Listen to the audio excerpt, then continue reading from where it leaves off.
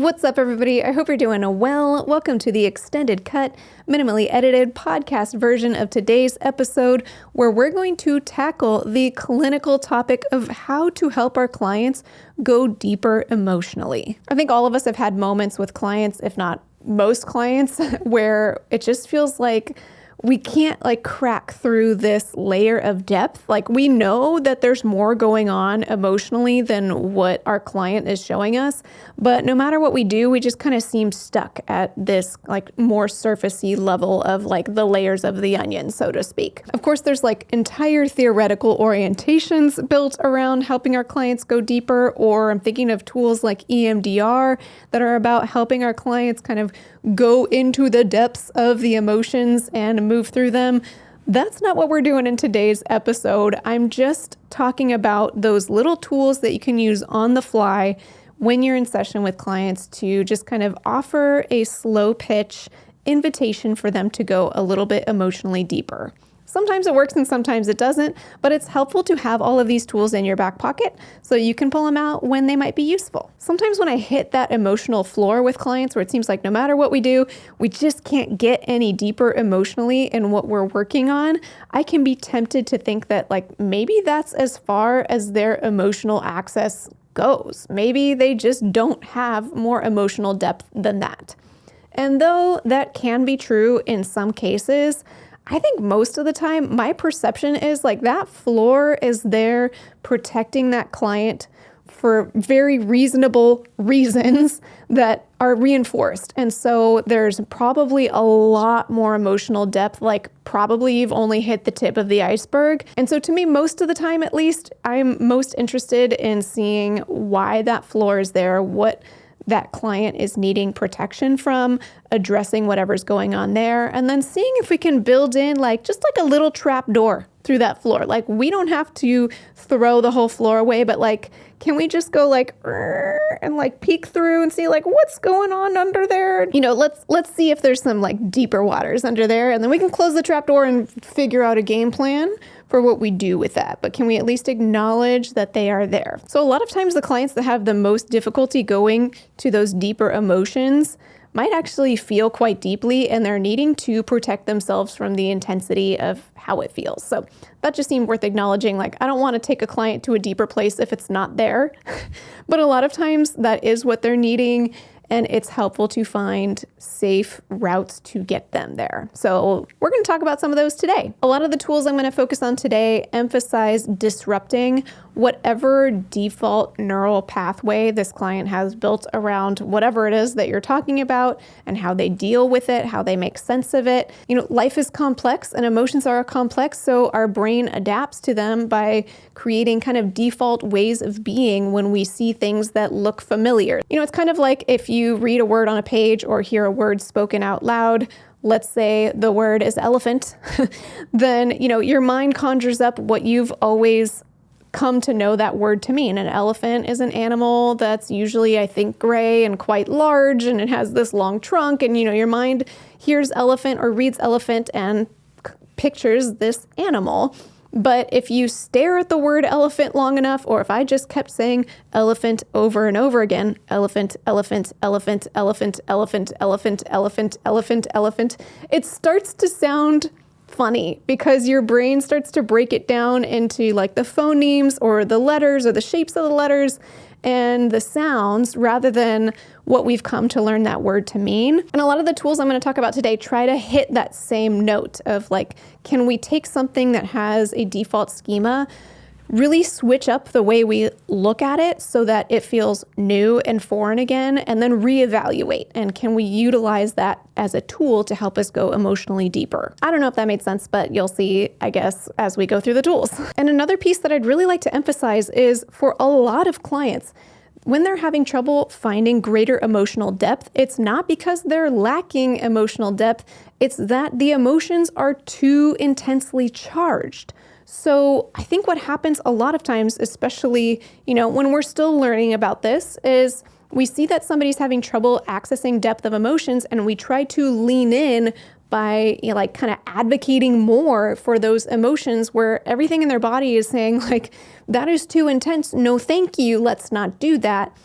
So a different approach is to actually find ways to reduce the emotional charge of the emotions, make them feel less intense so that you can actually go deeper. I know it's one of those like counterintuitive things, but for a lot of clients, if we can make the packaging that the emotions come in be much smaller, much more manageable, then it's much more likely that they'd be able to say like, okay, I think I can do that. There are a bajillion tools to help clients go deeper emotionally. I mean, that's like so many of our therapy tools are focused on that. So in this episode, I'm trying to emphasize ones that I don't hear repeated like over and over again, like the stuff that you're going to find in Google's AI overview when you type in like tools to help therapy clients go deeper emotionally are probably not going to come up on this list. I mean, I love journaling, but I promise you journaling is not on the list, as helpful as it is. So all of that prefacing out of the way, let's dive into some of the tools that I like to use on a regular basis to help clients go a little deeper emotionally. One tool that I like to use to help clients go deeper emotionally, and honestly is just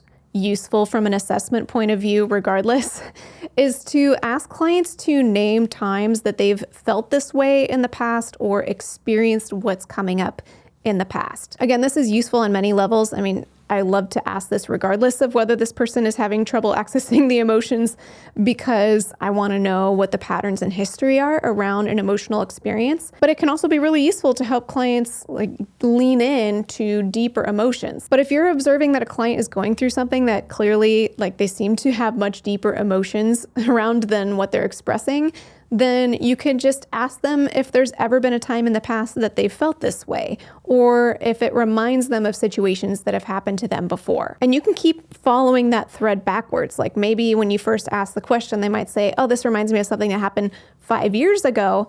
But then you can follow up and say, okay, was there ever another time before that when you felt this way? And a lot of times there's kind of a connect the dots trail back into childhood where there's times when they were quite young that they felt this way.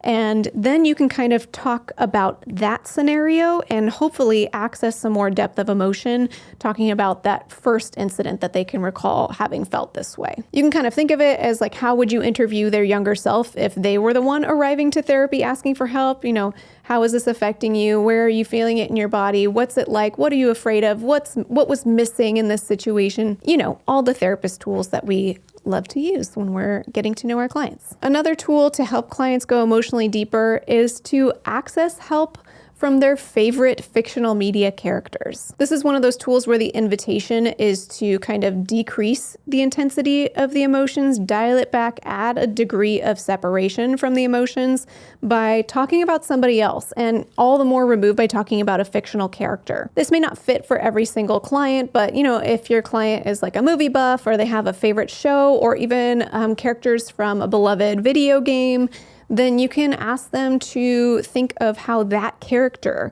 might interact with the situation, or how might that character feel if they were in the same situation as them, and how does that feel different than how they're feeling right now. And then you can extend this tool to be useful beyond just identifying the depth of emotions, but you could think of questions like, well, what would that character do if they were in your shoes, and kind of build on it. Again, this tool may not be for everyone. Like I imagine if I were in therapy and my therapist asked me this, I'd kind of be like, okay, can we just like get back to the topic at hand?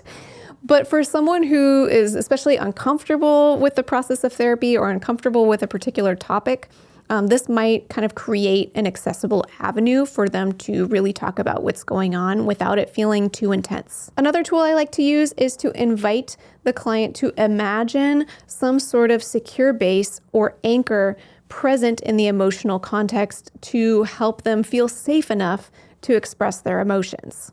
There's a couple different ways you can do this. Some of the most common ones that I like to utilize are either imagining their current, more mature or adult self being inserted into a past scenario that was emotionally intense, or in their current situation, inviting them to imagine that somebody that they feel safe with or have some security with is present with them, attuning to them. The first example of imagining their current, more mature self in a past scenario can be quite useful if they're remembering, say, a childhood memory or a memory from a developmental phase quite a while ago, where they just kind of felt like, oh yeah, this thing happened. And as you hear it as the therapist, you're hearing trauma, you're hearing something that's incredibly difficult, emotionally laden, and their emotions just aren't matching how you're reading the scenario as they talk about it, then I might like to say something like, I wonder if we could imagine your current self was just present in that situation. We could just take you right now and plop you into that memory. Like, if you were to watch it back, like, what would you say to that younger version of you at the time? What would that feel like to watch that situation happening to your younger self? And there's different ways to ask it depending on the situation. And a lot of the times, the emotion of their current self will match more closely my emotional reaction to how they shared that story. And it can be an incredibly healing exercise. Like, I've seen this exercise alone very quickly in one therapy session radically shift somebody's grief process, trauma process, to help them move forward from a really difficult situation that's happened to them. I'm not trying to say that that's, like the magical cure for everybody, but sometimes I think I'm just kind of casually asking this question for a client, and then it ends up being like the big intervention that really sticks with them for a long time. Is like, that was so helpful. Thank you. So it's a good one to have in your back pocket, and I try to utilize it whenever it seems like somebody's emotions from the past aren't quite matching how I see the situation. And the second example of this is when they can imagine inviting somebody else that they feel safe with being present to them in their current emotional state. So sometimes this can be helpful if they're talking about something that just happened in very recent history or is happening right now in session, and there are a lot of emotions going on, but they're difficult to access. It may be that they don't have that sense of secure base, secure attachment to just kind of let it all out. So I'll invite clients to imagine that somebody they feel safe with is present with us in the session, whether it's somebody who they feel close to that is in their life outside of our sessions, or it could be a loved one who's passed away, and it could still also be a fictional character. I wouldn't reach for a fictional character first, but that can be helpful if somebody really is isolated. They just have like a lack of safe supports in their real life. Then you can pull from, somebody they feel really connected with in fictional media as well. But just to have them imagine, if that person were here, what would they say to you right now? What would they do? What advice would they give you? And that can help create a bridge to helping the client start to offer themselves that same empathy and safety, and therefore feel safe enough to kind of express their emotions, go a little bit deeper. Another tool I like to use, especially if a client is clearly like actively going through something in session, but like completely tongue-tied about it and not able to speak too much about what they're going through emotionally, is I'll use a more somatic approach, and I'll say like, where are you feeling it in your body? And then you can kind of expand from there and ask questions about what's going on in that part of their body. So for example, let's say, my client is saying like, oh, my chest just feels really tight. It feels really hard to breathe. And I'm noticing, maybe they're just taking shallow breaths and that sort of thing.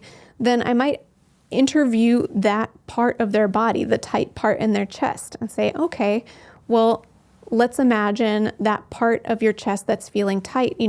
If it were speaking to me right now, what would it be saying about the situation you're in or about how you're feeling right now? Let's just kind of let that part of you speak for a second and tell us what's really going on. Especially if a client is like really well rehearsed at putting a lid on their emotions for whatever protective reasons are at play, then it's quite common for their body to try to like leak out the built up pressure of all of those emotions. So if we can find it showing up in their body somewhere, that could be an access point to sort of say like, okay, I see that you've sprung a leak in that tightness in your chest.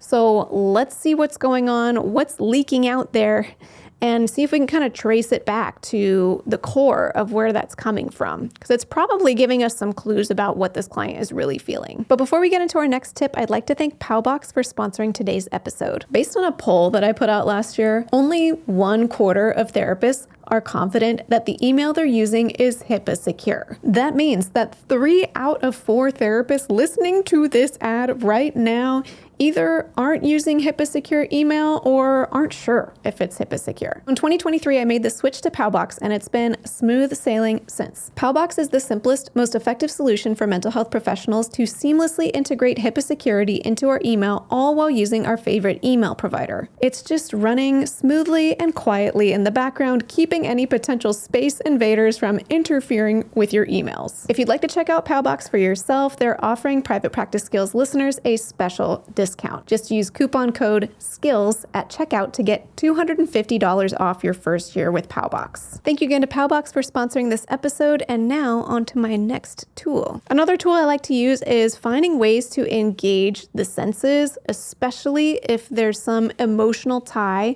to a sensory experience. So it could be like pulling out music from a nostalgic era, or cooking or eating food that has some memory tie, or bringing in photos, childhood photos, or photos from maybe a season of life that the client is focusing on and working through in therapy. So it's really getting at finding ways to access like nostalgia or memories that are tied to the senses to unlock a different way of thinking about and feeling around a situation. It's kind of amazing how even something as simple as like, tell me that same story again, but do it while looking at this photo of you when you were the age of the story that you just told me. In some scenarios, that all by itself can be so powerful, especially because a lot of times when we lock in a memory of ourselves, we might be imagining our young child self as like having all the mental faculties of our now adult selves, or older self if you're working with like, say, a young adult or teenager or something. But then when we see that childhood picture, and we think, oh my goodness, that is just a little kid. And we can start to let that filter into our understanding of what happened. It can be super powerful. So that's just one example. I've seen it happen with all kinds of things. Like you can pull out, a childhood piece of art that you created. And it doesn't always have to be from childhood. I know that's kind of like the therapy stereotype, because, I mean, with good reason, it's often quite useful, but it could apply to more recent history as well. Like, even for me, on some of my recent episodes, I've referenced things that were happening in graduate school. And when I was in graduate school, as you know, I started grad school as a 21-year-old, by the way. When I was in graduate school, I thought like, I'm a grown-up, and so I should have all the faculties of a grown-up now. And though legally, yes, I was a grown-up, I'd like to think that now, as someone approaching 40 years old, I have some more maturity, some more wisdom, some more life experiences as an adult under my belt than I did when I was 21. But at the time, it didn't feel like that. It felt like, I guess I've arrived now. And so even in my recent episodes where I reference like, oh yeah, back when I was 25, starting private practice, now I'm like, oh my gosh, I was only 25. Like, wow. Like, I did okay. I did okay when at the time thinking like, I'm like an anxious mess and I don't know what I'm doing, and all these like insecurities that I carried with me. I know it's kind of a little bit of a silly example, but it can apply from your adult self looking at your earlier adult self too. You can get really creative with this. There's not like one prescriptive thing of like what to do with these items that engage the senses, that have some emotional or memory tie, but you can see what fits for your client. Like I have definitely encouraged clients to, in the week between sessions, make that favorite dish that they haven't made in 10 years because it reminds them of, the person they used to make that food with who's maybe since passed, and, just notice what that feels like to make that food and eat it. Like it's very specific to that person is what I'm saying, but there's a lot that you can do with it that has the potential to really increase the depth of awareness of somebody's emotions. Another tool I like to use that kind of lives in the spirit of like changing something to be less emotionally intense so it's easier to step into the emotion of it is to use imagery. There are two ways that I might utilize imagery in therapy depending on the client and the specific situation. One route is to invite the client to sort of conjure up imagery that they think parallels their emotional context or their situation. And another route is where I will name some imagery that I think fits their emotional context. For a lot of clients, I will intentionally lean into more lighthearted imagery for the sake of making it feel more accessible to tap into the emotions of the situation. Like if, let's say, I had a client who had a panic attack in the middle of some situation at work, and they're having a lot of trouble describing like what they were freaked out about, then I might ask a question to make it a little bit lighter. around like, okay, let's imagine that instead of you in that situation, you like morphed into an animal. It might sound like, what animal do you think kind of best depicts what you were experiencing in that moment? What characteristics of that animal seem to fit what you were going through? And you can even extend it out. Like if there are other people in that scenario, you could say, okay, well, what animal was your boss in this situation? And kind of fill it out in a way that allows them to talk about it, but is maybe a little bit removed, a little bit lighthearted. And on the other side of things, I do really like to use my own imagery to describe what I think I'm witnessing a client go through. I use imagery a lot, like pretty much every session almost with clients. And sometimes it's just kind of like an acknowledgement of like, I think I see what you're going through, but it can be particularly useful in scenarios where I see a client describing a scenario that sounds really challenging, emotionally laden, you name it, but they might be talking about it in a way that just is more matter of fact, or they don't seem to be kind of feeling the emotions of it. Then sometimes I'll kind of use some imagery to describe what I think I'm witnessing. And that can sometimes help them access emotions, even though I may not be asking them to do that. I might say something like, as you tell me that story, it feels to me like you've been climbing up a steep mountain, you ran out of water, you're sweating in the scorching sun, and just so exhausted and depleted with no one around to lend you a hand. That sounds incredibly difficult. I would be so tired if I were you. Sometimes I'll add some commentary on top of like that little scotch of self-disclosure, like, wow, I don't know how I would do that if I were you, right? That just little extra layer of inserting some emotion. And I may not add anything else other than that, except just like, wow, that's a lot. And sometimes that's enough for a client to be like, oh my gosh, I didn't even realize it, but yes, you're right, I'm exhausted, or, whatever the emotions are that go with it. And they might just, start crying or just feeling the feelings that go with it. Like I just kind of gave permission for them to do that just by naming the image that kind of parallels their experience. Or if I name the image and they're just kind of like nodding along quietly or something like that, I might say like, I'm wondering how you react to that image. Like, does it feel like it fits your experience, or would you change anything about it? And that can be helpful, of course, from like an assessment point of view of understanding what they're going through.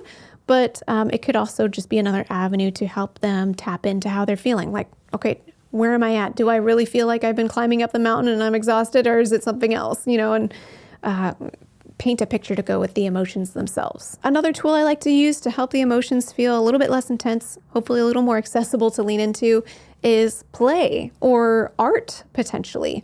And this is one of those things where it's like, that could be any number of things. It's not like one specific play tool, but you can just kind of get creative with your particular client in a way that matches them and your style as well. Like, for example, if you're working in couples therapy and the couple is just like totally silent, like you could pull out, I don't know, 2 Lego people and say like, okay, the way I'm seeing the 2 of you, it's like these 2 Lego characters are sitting on opposite ends of the couch facing away from each other.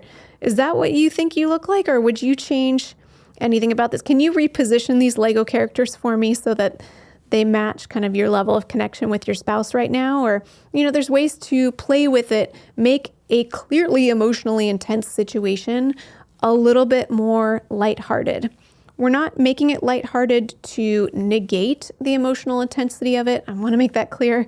But sometimes that can just increase the capacity for access to the depth of emotion. The next tool I'd like to mention sounds simple, but it can actually have a pretty big payoff, especially in a scenario where a client is looking at like a mountain of emotions and thinking like, that is way too intense. There's no way I could broach that topic. There's no way I could go there. It's too intense. I like to just invite the client to think of baby steps.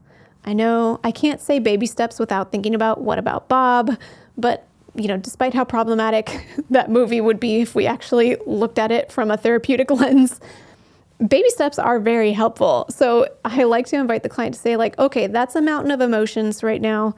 We're not going to climb that whole mountain today, but like, what would be a version of just taking one step? Or even if one step feels too intense, like, what would be a version of just like dipping our toe in the water to see what temperature it is and saying, nope, I don't have to go in there. I can take my toe right out.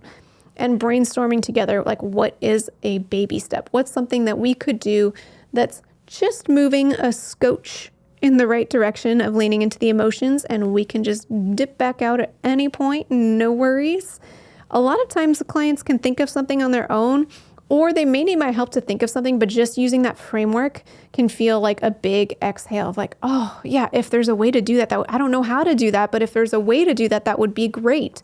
And that can be a huge intervention that you build together, because now as you practice building those baby steps in therapy, not only can it help them go emotionally deeper while you're meeting together, but then they can start to rehearse doing that in their day-to-day life. That if something feels like a mountain, how do we break it down into baby steps? Can I just do one small thing that moves towards that end goal, whether it's emotional or not? So it's a useful tool for a lot of folks. And also just a general approach that isn't quite a tool, so I'll just kind of call it an honorable mention, I guess, is humor. This is one of those things where I don't have like a script or, here's how you use humor to help your clients go emotionally deeper. But I will say, if a client is seeming very uncomfortable about going deeper into a topic, if I can find an appropriate way to insert some light humor into the situation, a lot of times that can break some of the tension that a client is holding and make it feel a lot easier to go into the topic. Sometimes I might reference fictional media, like if there's a really funny moment from a show that reminds me a little bit about what the client is going through right now, I might say like, oh, that kind of feels like that scene that kept running through the show Friends, if you ever watched it, where Ross would yell, "We were on a break." Just finding some lighthearted reference point that's funny, but maybe still connected to what they're talking about, then it can sort of release some tension. Laughter is really useful. I wish therapists talked about this more, or maybe they are and I'm just not in those circles, but I wish we talked about laughter more, because I really do see how helpful laughter is to helping us cope with our challenges. Like, could I just trail off on this for a quick second? Like if I think of, for example, like progressive muscle relaxation, the idea of like tensing and releasing our muscles intentionally as a way to relax our bodies and come into the present moment, like laughing is tensing and releasing over and over again. Like I could trail off on this, honestly. I am not familiar with all the science on it, but I just see how helpful it is when there's appropriate moments to laugh. Not to just pivot out of the emotional intensity and pretend it's not there, but to add some appropriate breaks and lightheartedness so that you can come back into it and say, okay, now that I got that laugh out of me, like I'm ready to talk about it. That's not like a specific tip, but something that is worth mentioning, because I really do use humor, especially in sessions where I see that a client is needing some help going to an emotionally deeper place. Well, I think I'm going to leave it there for today. My battery's about to die as usual because I jibber jabbered and I'll just edit a bunch of that out. I hope you found this helpful, whether you're earlier on in your trainee years and so this is kind of newer for you to hear, or just, from therapist to therapist. I love hearing how other people approach these kind of day-to-day experiences. So I hope you found this helpful to you. Well, thanks for joining me in this episode. I have had fun dabbling in some more clinical style topics. If there's any clinical topics that you're curious to hear more about, feel free to let me know in the comments below. I always appreciate your comments, even though I know I can't reply to everybody, but I see you out there and I appreciate it. And until next time, from one therapist to another, I wish you well.